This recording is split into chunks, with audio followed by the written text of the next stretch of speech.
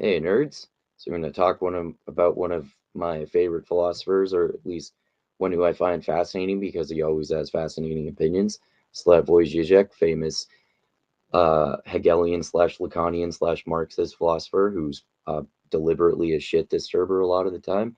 So we're going to go into his interview with someone uh, about whether he's a communist because he says he's a communist, but sometimes he says he's not a communist. Sometimes he says he's a Stalinist.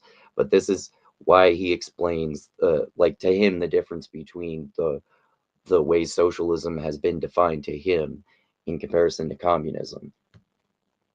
I remain a communist in what sense? My good friend told me he was there as part of some delegation 2 days after Fukushima. He told me that for a couple of hours, the Japanese government was in total panic. It looked that they will have to evacuate the entire Tokyo area, 30 million people. Then, maybe they didn't have to, maybe they hashtag I didn't care. It's clear that we are facing problems where neither market nor state, the way we'll have it today, will be able to do it. And that's for me the space. If you say like not the state won't be able to do it, that seems to inherently be not communist because communism is supposed to be state control of the means of production.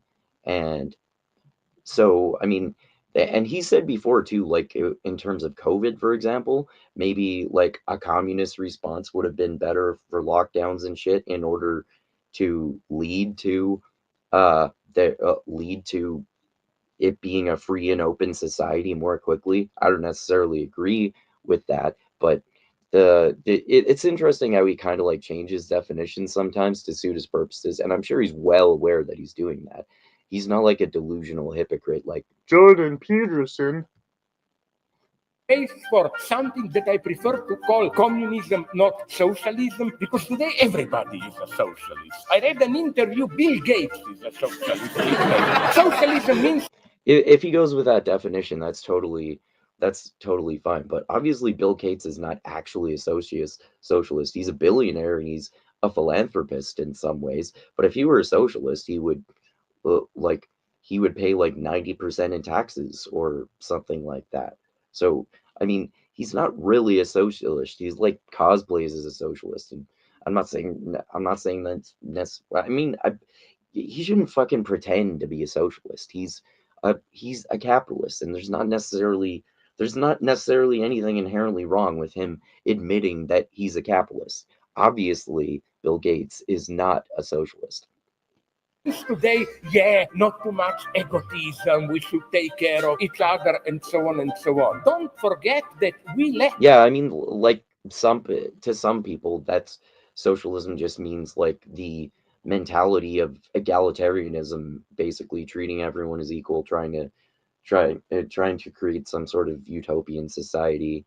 If you follow that definition, then I'm a socialist too, and lots of other people are. So if you want to go by his definition, then that makes sense. But according to his definition, I'm still just a socialist, not a communist, because you'll see why he explains why he's a communist and not a socialist.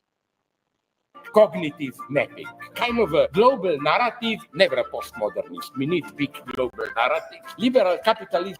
Yeah, he means like I think he's like deliberately using the hyperbolic strawman version of postmodernism that Jordan Peterson and James Lindsay use a lot, which is like basically when he's saying postmodernism there, he kind of means like cultural relativism, but he's saying that there should be like a universal set of human values globally in some sort of way, I don't, which I kind of disagree with, but I see his point.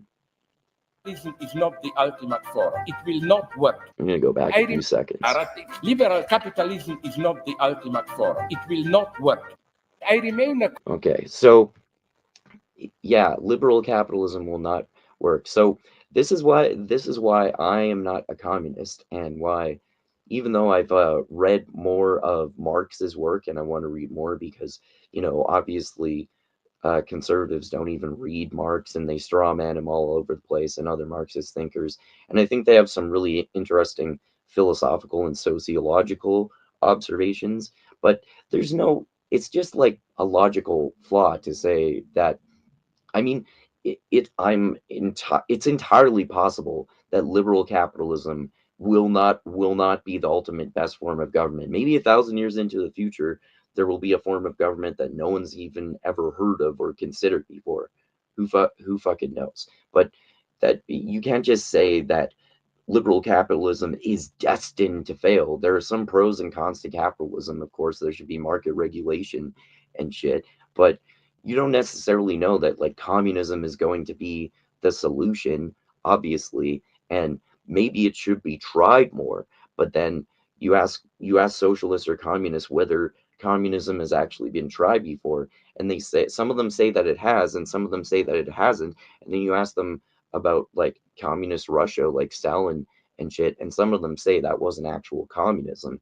Maybe even if they even admit that it was communism and then it turns into something else. I mean, it depends on all of these definitions like socialism and communism are slippery, right? So according to his definition, I'm a socialist but not a communist, and he's not a socialist but he is a communist, and a lot of other people are socialists. But then according to other definitions, I'm not a socialist or a communist, and he's not, and he's maybe more like a socialist. But that, of course, Slavoj Zizek likes to make radical opinions. Liberal capitalism will not be the ultimate form of government.